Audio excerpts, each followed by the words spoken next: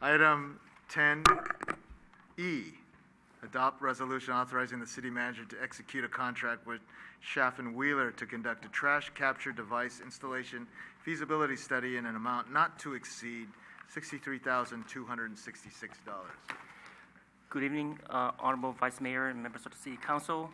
The state has imposed new regulations which substantially increase actions by local agencies to reduce pollutants and non-stormwater discharges into stormwater system to protect the local creeks in San Francisco Bay. Although the city has increased efforts to clean the drain inlets and sweep the streets before and after storm events, the efforts are no longer enough to meet the state's new mandate. One of the measures which local agencies are required to undertake is to install trash capture devices in existing drain inlets.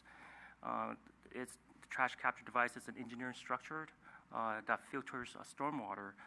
These devices hold solids, including small trash, sediments, cigarette butts, and still allows stormwater to continue flowing to the bay.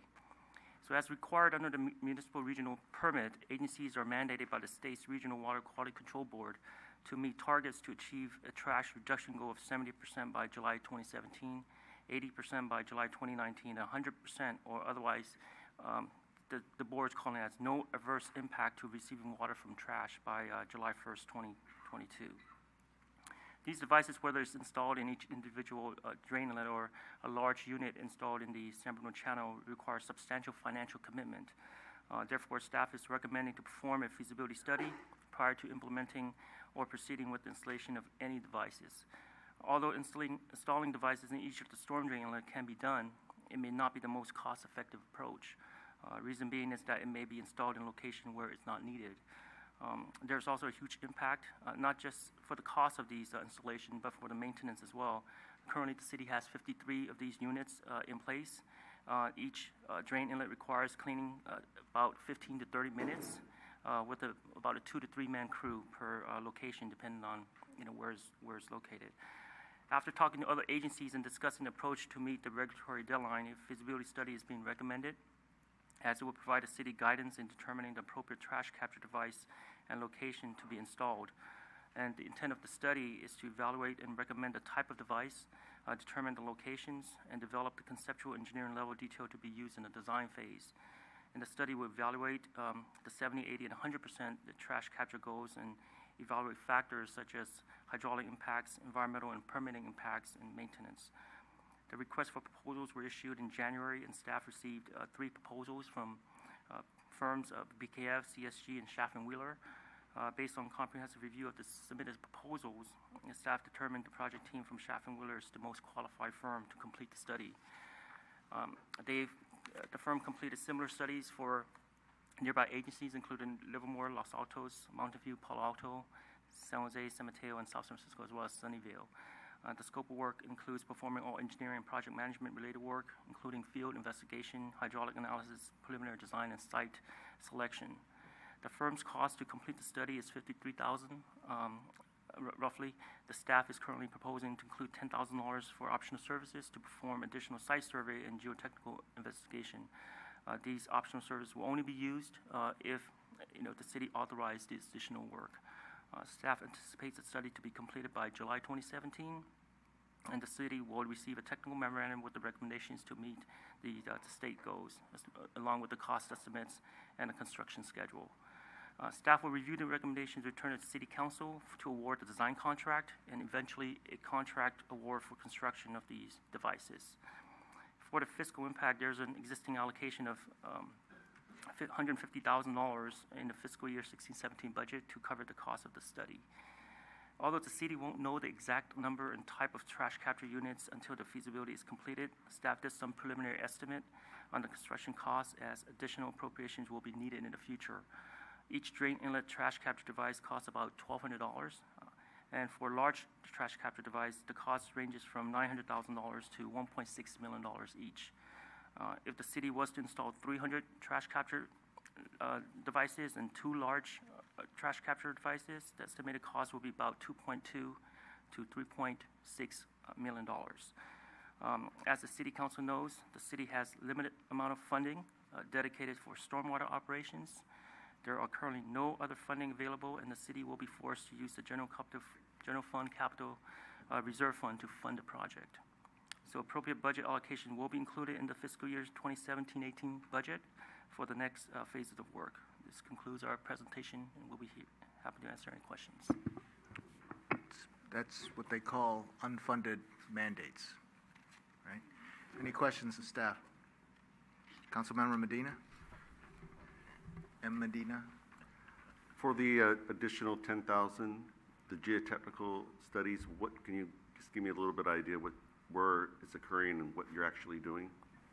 So it's currently, that's for the installation of the large trash capture devices. So if the consultant determines the location for it, based on their hydraulic analysis and the recommendation, we will to do the study to figure out where they would put it? That's correct. And is it one of the two main outfalls, or where are you thinking that would occur at? It could be in the San Bruno channel if it's environmentally feasible to install it in that location, whether we can get the permits to do that, or it could be within the pine boxes. The large box culverts. The box culverts that run on by Artichoke Joe's? That's correct. Okay. All right. Thank you. Anyone else? Mr. Rico? Did you want to speak? Honorable Vice Mayor Abera, council members, and Connie Jackson, as your representative on the mosquito district, I forwarded some of the information in the packet to Brian Weber, the operations supervisor at the mosquito district, and he provided 2 quick comments that I would like to read. These devices can negatively impact mosquito operations if the proper model isn't purchased, and the district is happy to advise, meet with staff, or provide information to the city of San Bruno that will result in a mutually desirable model. Please let me know how I can assist the city of San Bruno as you move forward on this project, and I have included his contact information. Good. Thank you. We will certainly do that. That's helpful advice, and we will take advantage of Mr. Reichel to connect us with the right people. Councilmember O'Connell? Thank you.